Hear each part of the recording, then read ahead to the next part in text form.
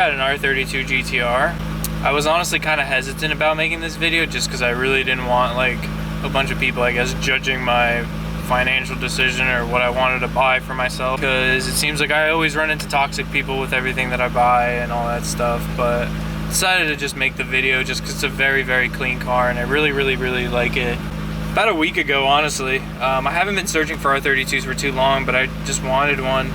And I found this beautiful example in Albuquerque, New Mexico. So, you know, we agreed upon a price, which was a lot less than his asking price, but we agreed upon a price. And I made my way to Albuquerque, unloaded it and everything. And I mean, I've had this for what, 3-4 days now, I think, 3 days. There's really no reason I should give a reason why I even bought this. It's just because I wanted to. Before anyone like asks, this has nothing to do with the R34 build whatsoever.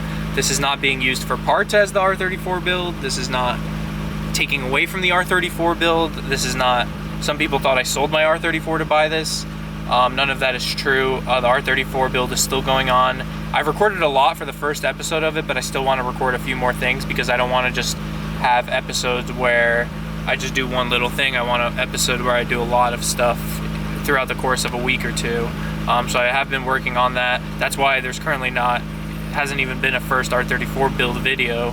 But I have done quite a bit. I fixed a lot of the roof and now I'm pulling off the core support currently right now in the backyard. Essentially the short version is I just wanted a car that I can drive and I can modify with like rare, exotic, like, I don't know how to explain. I wanted a car that I can drive as much as I want and that I can use and that I can mod tastefully to like Japanese standards and it not lose value. This car will always gain value because, as you can tell by the color, it's a rare TH1 Midnight Blue Pearl color.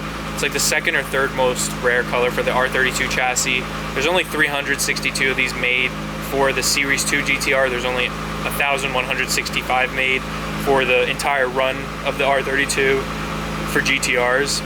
And on top of that, this is a very, very immaculate example with original paint that's in very good condition with, as you can see in front of me, an original interior that's perfect, but it has the JDM goodies. It has Recaro reclinable seats that are of course real. The door cards are immaculate, the dash is immaculate. It has a Nismo cluster that was brand new when it was put in with the built RB26 that's in it, as you can probably hear it wobbling with its Tomy 260 cam. The interior has incredible, like, it's just the perfect way to modify a car. It's a perfect street car. It has working aircon, it has heat, it has everything in the interior works exactly as it should. The radio is upgraded to a Kenwood unit. It has a backup camera installed underneath the license plate, so it has a backup camera. Every single speaker is replaced with a Kenwood speaker. The subs in the back are replaced with slightly bigger subs using an amp. Nothing crazy, but the audio system is literally as good as the one in my Audi R8 was for a car from 1992. It's just like perfect. Like, I don't know how. And this is just the interior. The exterior of this car, I mean, it's really dusty right now because it sat outside last night, so it has this like dust film on it. But literally the interior is so perfect and modified so perfectly. It has the Nismo LMGT4s, I'm sorry, Rays, which are like, I don't know, $3,500 new.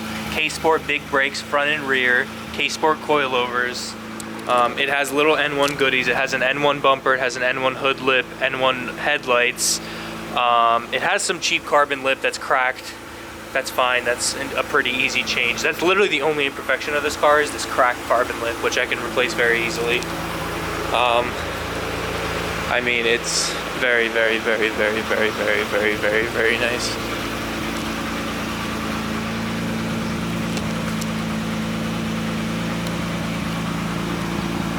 I don't know how good the audio is going to pick it up, but you can hear that cam wobbling with its Nismo exhaust, which is very quiet actually. I want like a Tomy titanium exhaust or an Amuse titanium exhaust, something louder. But yeah, it's there's I think like a ding or two on this car which can be pulled out, which I will have pulled out professionally, and then I want the entire paint corrected, and then I want it all ceramic coated so I don't have to worry about swirl marks or anything like that.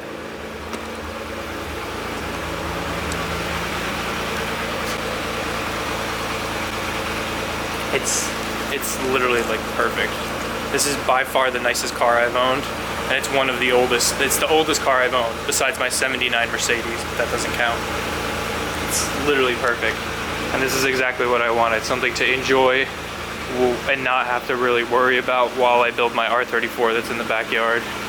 And my God, is this like the perfect example.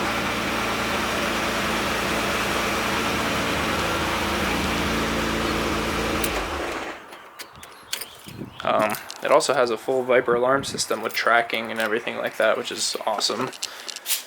Now I'm just gonna move into the engine portion of it, because I'm sure you guys are wondering that. Now, I was actually looking for stock R32s, quite honestly. Like, I was fine with the stock power. Now, I don't know where to start with this motor, but like, so first thing about this car is it's not an auction car. It has a pretty awesome story, honestly, because most of the gray market import cars in America are auction cars, meaning they're just bought in an auction and they're quickly, you know, imported into America or exported to America, and they are sold for a big profit. Now this car, it's cool because it's not an auction car.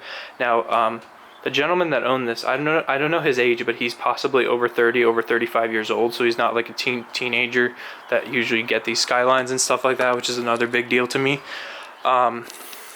So he was actually stationed in Okinawa, Japan, which is the small island on the south of Japan. Very small island. I didn't know it's that far away from mainland Japan. But he was there from 2013 to 2018. Now, in 2015, he bought this car from a dealership in Tokyo and had it shipped to him in Okinawa. And it was already slightly modified. Here's a picture of it as he got it with the cool 3-spoke Advin wheels. From there, he enjoyed it. He did a lot of the mods there because he said the parts were a lot cheaper there. He got a lot of the parts from Yahoo Auctions, like the N1 headlights, N1 hood lip, the bumper, a lot of stuff. I believe the bumper came on the car, though, I'm pretty sure, because he said it was paint matched, and I'm pretty sure he got it already on the car. But the motor was actually taken out and built to his likings. Now, it was built by a shop called Speed Factory. So you can see the sticker right there, which I don't think I'll ever take off. It was built by a pretty famous shop in Okinawa, one of the only performance shops down there that's known for building RBs. They built a lot of R33 GTRs. Now this build had pretty much no expense spared, quite honestly speaking. And when I say that, I mean it's a pretty beefy motor. Now, just listing some specs, they are forged pistons, CP pistons, forged rods. It's an R33 crank from an R33 GTR RB26 that was shipped to mainland Tokyo to be balanced, because on the island of Okinawa there wasn't proper machining equipment to balance the crankshaft.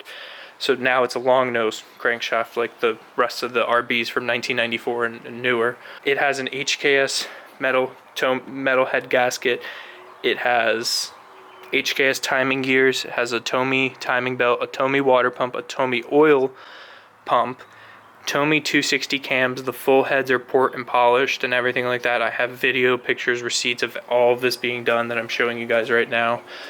It does have a Tomy fuel rail now with 1050cc injectors, with a Sero fuel regulator. It has the oil relocation where the oil filter is right here. Now, not only that, but it also brings the oil lines to this, an oil cooler kit, which, you know, RBs usually their main thing is oil. You want to upgrade the oil pump and you want to cool the oil. Now this has both of those done. The front clip in my backyard, the RB25 Neo out of the GTT R34 front clip, that also has a similar oil cooler setup where the oil filter is mounted there. It's actually a very similar setup. It's good that, you know, it seems like it's a pretty popular mod in Japan because they understand that's what the RB motor needs. Has a pretty rare ARC box. These are pretty hard to find, and they're actually pretty expensive too. It's titanium and it's all nice and cool. It used to be on Garrett twin turbos, but now it's just on stock Nismo N1 turbos. Now those are just stock turbos with billet wheels, and it has the Y-pipe mod that kind of goes into both turbos. It has HKS downpipes to a test pipe, so there's no cat, to a Nismo catback. And in America, right now it's tuned. It has a flex fuel sensor in the fuel system, and it has a Hellcat fuel pump out of a Hellcat Dodge Challenger. It is currently making, which are very impressive numbers in my opinion. So this RB26 stock makes about 270 wheel horsepower from the factory. This makes 390 wheel horsepower on 91 octane, and it's because of the flex fuel sensor. Whenever you want, you can take this to a gas station, put E85 in it, whether the gas tank is empty, whether it's half full, whatever, and that will mix. But on full E85, this will make 450 wheel horsepower. On the stock twins, only making 16 psi. So that is like honestly pretty incredible. The power band is like perfect. It's perfect spool and everything like that. It's, everything about this is just so damn perfect. Now you can see around the engine bay also, you'll see the GODZILLA radiator, aftermarket radiator. It has the stock fan up front, and it just has the clutch fan that's been replaced up here. All the hoses are replaced by Samco. Upper lower radiator hoses are replaced. You can see it does have a GODZILLA intercooler kit. You'll see, I mean, you'll see all the things right there. It says GODZILLA. It's actually very similar to the R34 up there. I don't think that one is a GODZILLA. That one is an HPI front mount kit. I forgot what was GODZILLA on the one up front, the front clip, because that one has a stock intercooler. I know that. I don't remember, but has GODZILLA something. But yeah, it's a very, very, very cool car. Yeah, the GODZILLA intercooler, where the bumper had to be cut to make it fit, and because it's a pretty big core. Yeah, and then last thing, Tomy bar, Tomy strut brace. Now it's missing that center section. You see how there's brackets right there? They're supposed to go to the middle of the firewall. I don't know where that mounts, but it seems that it didn't come with it or anything like that. But super cool setup. I know people are going to be like, oh, what's your plan? That's all people ask me all the time. Every time I get a car, what's your plans? I don't know what my plans are. Just realistically right now, I want an air oil separator on this thing, a Nismo one with a catch can, because this still has the stock PCV setup right here for emissions and stuff, which I don't know why it does have that. I don't know. You know, that seems like something if you're building a motor, you might as well have done the catch can too. But so we have that. I would like to do that. And another thing that I would really like to do is take off the timing cover and take off the valve covers and the center cover and do paint matched to this dark midnight blue pearl and just paint them to match it, because I think that would really do the engine bay justice. Now, I am going to be buying another lip, and most likely I'm going to just get a fiberglass one and paint match it this blue, so I will be getting paint for that. And then underneath it I want a small splitter that's carbon fiber. So I think that'll look pretty good, and then maybe some like R34 side skirt extensions that'll be paint matched as well. So I have a few things to paint match, but just very nice. You know, when modifying this thing, you just kind of have to think in simplicity. There's no wide bodies, there's no obnoxious wings, just very simplicity, and this car is just incredible. And I really, really hope I have this car when I finish the R34, because it would be amazing for Rachel to drive one or the other, and then I drive the other one, and just have the two cars outside. It's just really nice. Like, it's, you know, I've obviously been lacking a nice car to drive since the R8. I have been riding my bike a ton, and that makes me really happy riding my motorcycle, but cars are always, you know, going to be my number one. So I bought an R32 GTR, if you haven't figured out by this video. But anyways, I guess that's really it for this video. The R34 build video will, I promise, be coming out within the next week. I want to swap the core supports and start, there's some other things I'm swapping around in the engine bay to make it look cleaner than it was. But R34 is coming along. Everyone thinks I haven't been doing anything to the R34. I have been working on it. I just don't post, you know, I removed the front windshield, I removed the back glass, I removed the quarter windows. I didn't make a post for every one of those things, you know, that's silly. I'd rather make one video with all of it. So without further ado, that's really it. Let me know what you want to see video wise with this car. We are taking it to Cars and Coffee tomorrow, and then we're taking it to a show at night. I might actually go and put E85 in it, because all the E85 stations are closest to downtown Phoenix. There's a few of them, and it's actually a lot cheaper, but I know I'm going to get a lot worse gas mileage on E85. But, and then also before like anyone asks, this is not a daily driver at all. Like, I would never daily this. This is a car that if I park this in a parking lot, I'm genuinely scared of it being like dinged or hit by like another car. So this is not a daily at all. This is more like a weekend car, or like, you know, go out to enjoy driving, not go out to do things, like not run errands and stuff like that. I still have the truck. It's around the corner, hiding somewhere. Yeah, I still have the truck. I actually ride my bike daily, technically. Yeah, I ride my bike daily because I go to work on that. I ride the canyons a lot, and yeah, but anyways, thanks so much for watching, guys. I will see you guys on the next video, which will probably be the R34 video. So thanks for watching. Peace out.